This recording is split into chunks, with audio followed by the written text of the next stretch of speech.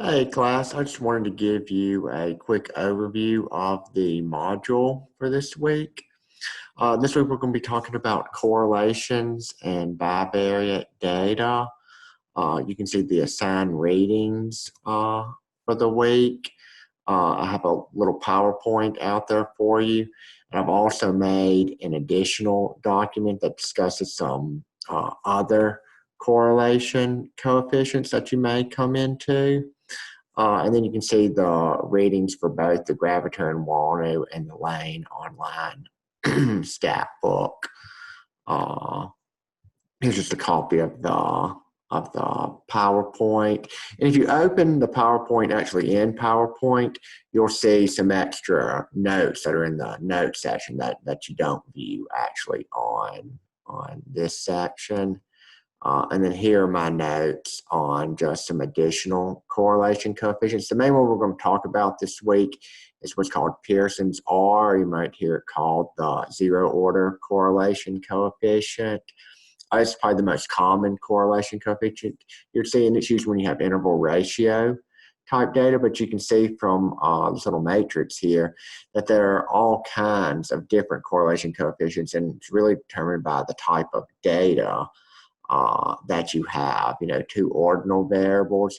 You could use, say, Spearman's rho. Spearman's rho also works for interval ratio data as well if one is ordinal and one is interval ratio.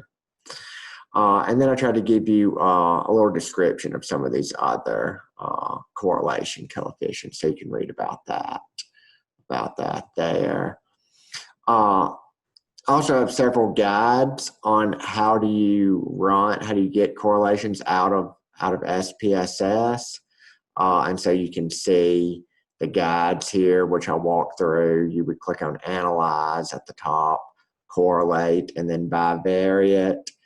And you would bring over the variables you want. You would select, you know, if Pearson is default, you can get Kendall-Stahl or Spearman's rho out of there too.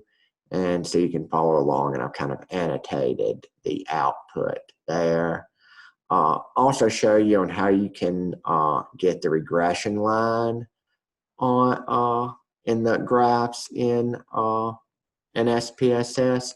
And you can kind of think of the regression line in this case as just like the measure of central tendency for the plot, like what one straight line best represents the relationship between these two variables. There's also a regression procedure, but that's kind of beyond the scope of this class. But that's another way of getting the regression line as well. There's some really helpful YouTube videos that I've linked to this week. I think this video is a really great introduction into correlation and linear regression. It's kind of short. Here's another just intro into correlation and how to run a correlation and get a scatter plot, and how to get a scatter plot in SPSS basically, and how to put the regression line in there. So all that's available to you. Also, don't forget, just like every module, there's a quiz and a data analysis assignment. If you have any questions about the assignment or the quiz or anything this week, please post your questions to the message board or shoot me an email. Thank you.